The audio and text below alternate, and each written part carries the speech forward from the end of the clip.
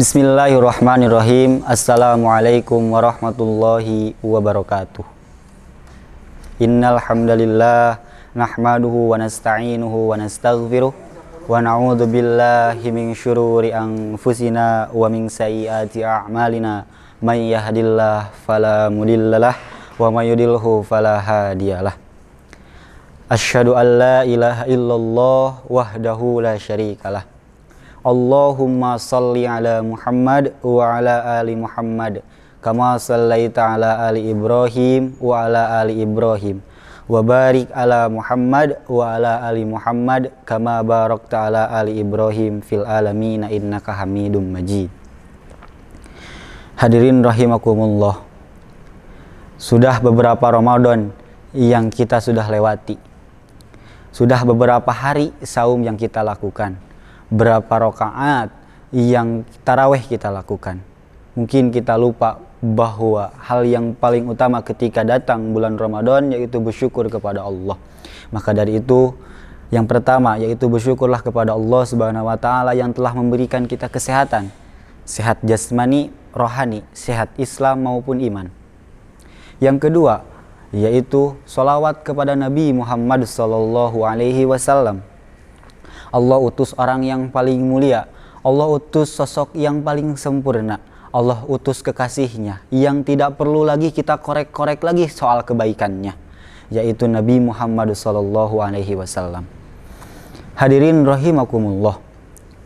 Ada sebuah hadis yang diriwayatkan oleh Imam Nasa'i dan disahihkan oleh Imam Albani. Hadis ini yang sangat begitu luar biasa menerangkan ada sosok yang begitu seorang yang mulia, seorang Arab Baduy yang datang kepada Nabi Muhammad sallallahu alaihi wasallam. Ja'a ilan nabihi sallallahu alaihi wasallam, telah datang kepada Nabi Muhammad sallallahu alaihi wasallam. Yang datang ini adalah seorang Arab Baduy, Arabil A'raf, yaitu seorang Arab Baduy yang datang dari atas-atas gunung, dari lereng-lereng gunung hanya untuk menemui Rasulullah sallallahu alaihi wasallam. Fa'aslama fa'amana bihi wattaba'ahu. Lalu ia menyatakan Islam, menyatakan iman kepada Nabi Muhammad sallallahu alaihi wasallam. Lalu ia menyatakan bahwa ia menginginkan ikut hijrah bersama Rasulullah, taat patuh tanpa syarat kepada Rasulullah sallallahu alaihi wasallam. Fa'usabihi fa'adama ashabihi. Kemudian ketika Rasulullah SAW hijrah ke Madinah, Rasulullah SAW mengecek satu persatu para sahabat. Rasulullah SAW tidak melewatkan Arab Baduy tersebut. Lalu diceklah. Lalu ia ikut bersama Nabi Muhammad SAW hijrah ke Madinah. Ketika ia hijrah ke Madinah, ia menyatakan kepada Nabi Muhammad SAW bahwa dirinya menginginkan ikut perang bersama Rasulullah SAW.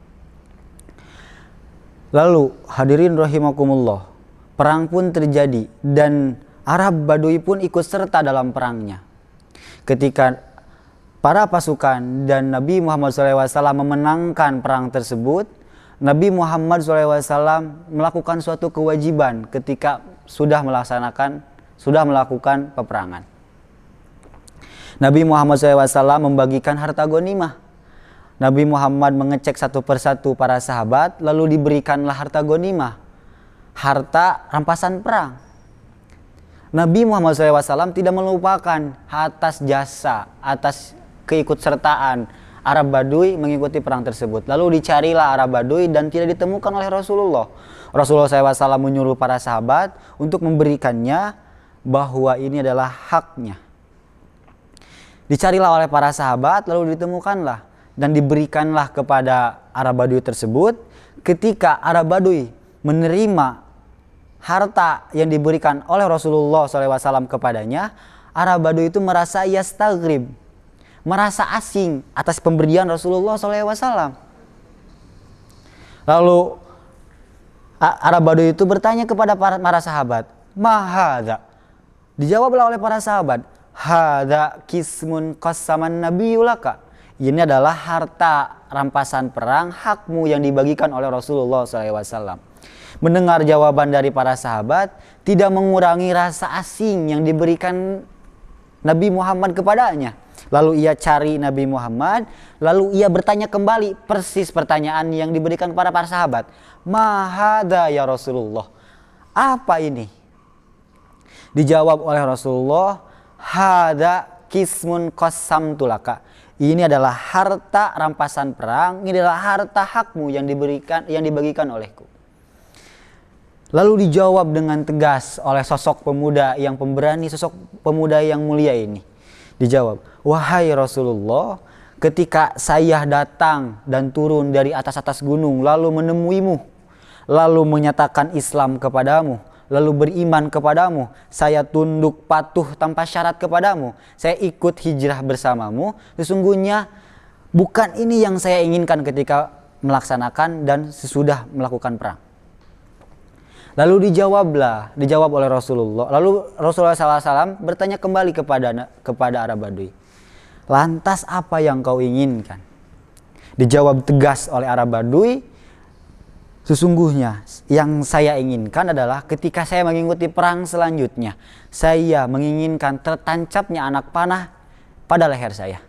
Ia sambil menunjuk lehernya dan begitu yakin, begitu teguh menginginkan jihad fi sabilillah. Jawaban Rasulullah SAW mendengar dari pernyataan seorang Arab Badui menjadi ibroh bagi kita. Rasulullah SAW menjawab, in tasdukillaha yasduka.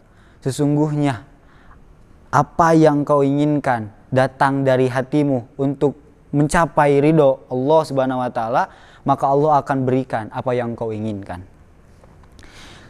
Hadirin rahimakumullah, ketika perang selanjutnya terjadi dan Arab Badui pun ikut kembali dan banyak yang gugur pada perang tersebut, Rasulullah SAW mengecek pada para sahabat-sahabat yang gugur dan ditemuilah Arab Badui tersebut. Lalu bertanya kepada sahabat, apakah ini Arab Badui yang datang kepadaku? Jawab para sahabat, iya, ia menyatakan Islam kepadaku, ia menginginkan hijrah bersamaku, ia menginginkan perang ikut bersamaku, dan ia menunjuk lehernya sambil menunjuk lehernya kepadaku, menginginkan mati syahid di jalan Allah Subhanahu wa taala. Dijawab para sahabat, iya Rasulullah. Dibawakan Arab Badui tersebut dan dibersihkan untuk disolati. Ketika pada akhir sholat mayat, Rasulullah SAW mendoakan khusus untuk Arab Badui tersebut. Allahumma inni ala abduka kharaja muhajiran fi sabilika faqatala hatta kutila wa ana syahidun ala dzalika.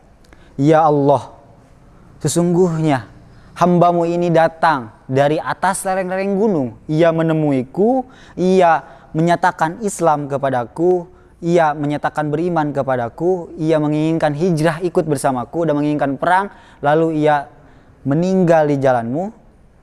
Sesungguhnya saya akan menjadi saksi tunggal ketika engkau mengadakan pengadilan.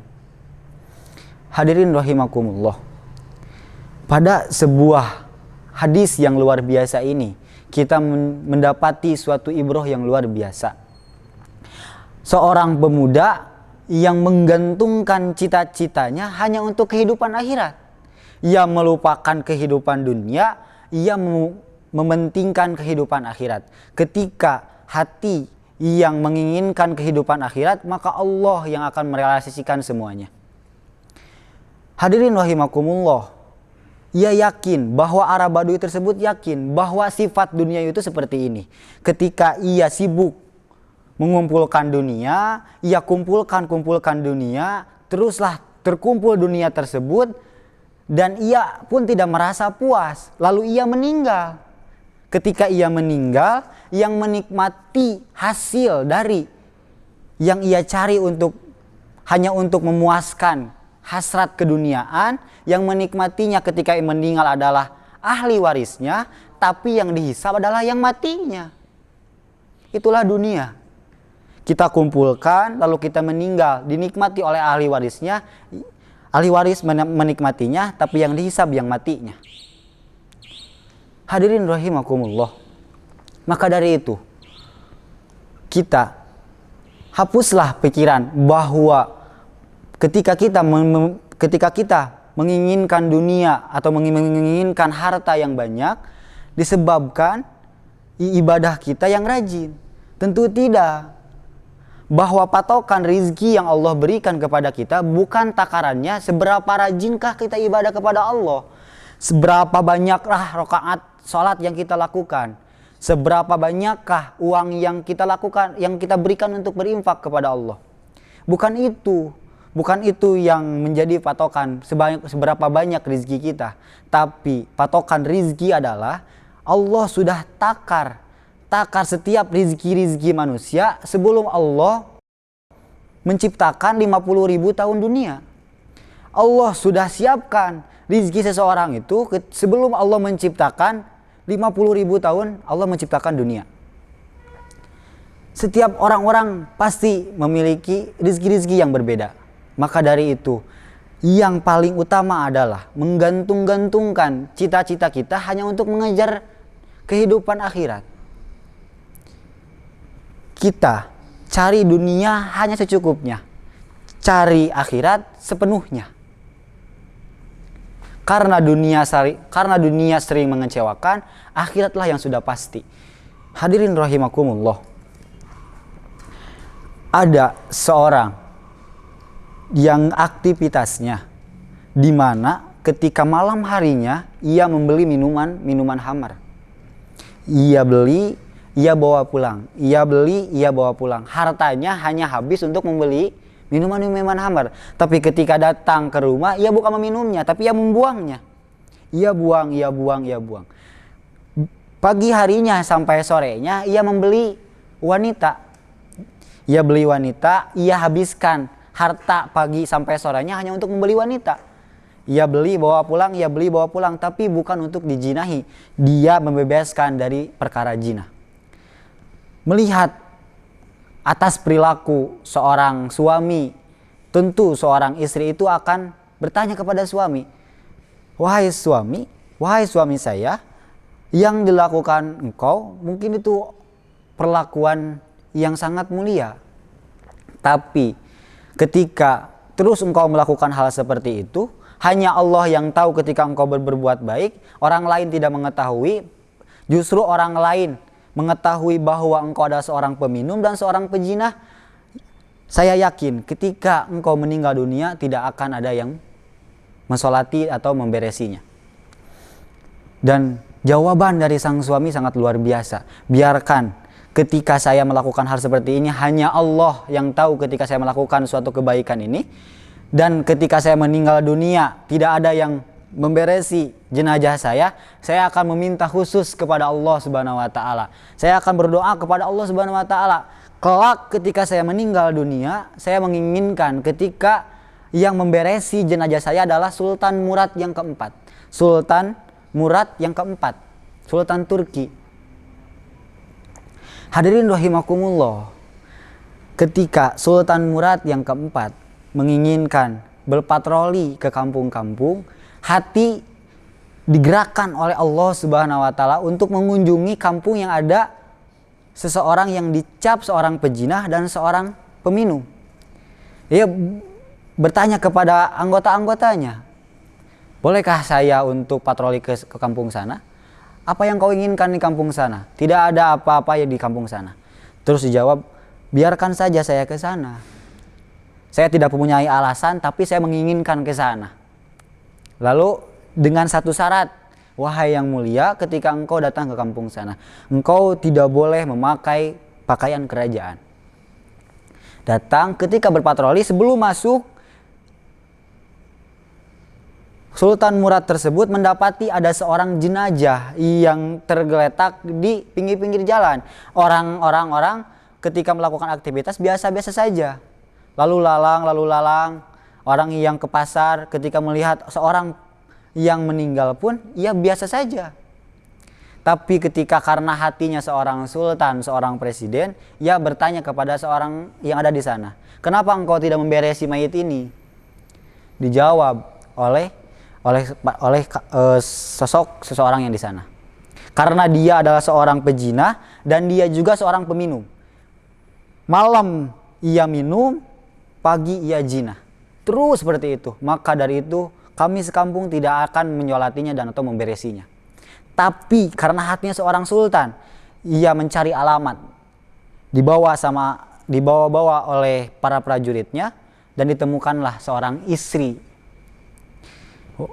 Apakah ini suamimu? Seorang sultan bertanya kepada sesosok istri. Apakah ini suamimu? Iya. Kenapa orang-orang tidak memberesi atau tidak menyiapkan untuk mensolatinya? Karena orang-orang berpikiran bahwa suami saya adalah seorang pezina dan suami saya seorang peminum. Tapi demi Allah, suami saya bukan seorang pezina, suami saya bukan seorang peminum. Tapi ada satu doa yang khusus untuknya. Ia berdoa kepada Allah Subhanahu wa taala menginginkan bahwa ketika ia meninggal dunia, yang memberesinya, yang mensolatinya dan menguburinya adalah Sultan Murad yang keempat. Begitu luar biasanya, begitu kagetnya Sultan yang Murad keempat, lalu membuka bajunya, lalu membuka kedoknya, lalu bilang kepada ke istri suami tersebut, demi Allah, saya adalah Sultan Murad yang keempat. Hadirin rahimakumullah, ini adalah sosok di mana orang menggantung-gantungkan cita-citanya hanya untuk kehidupan akhirat, menggantung-gantungkan cita-citanya ke atas pintu-pintu langit. Ia tidak menghiraukan, ia menghiraukan bahwa pujian manusia hanyalah sebatas duniawi. Hadirin rahimakumullah, cukup sekian mungkin yang bisa saya sampaikan. Mohon maaf bila ada kesalahan. Kebenaran hanya milik Allah, kesalahan itu datangnya dari saya. Tutup doa. Rabbana atina fid dunya hasanah wa fil akhirati hasanah wa qina adzabannar. Assalamualaikum warahmatullahi wabarakatuh.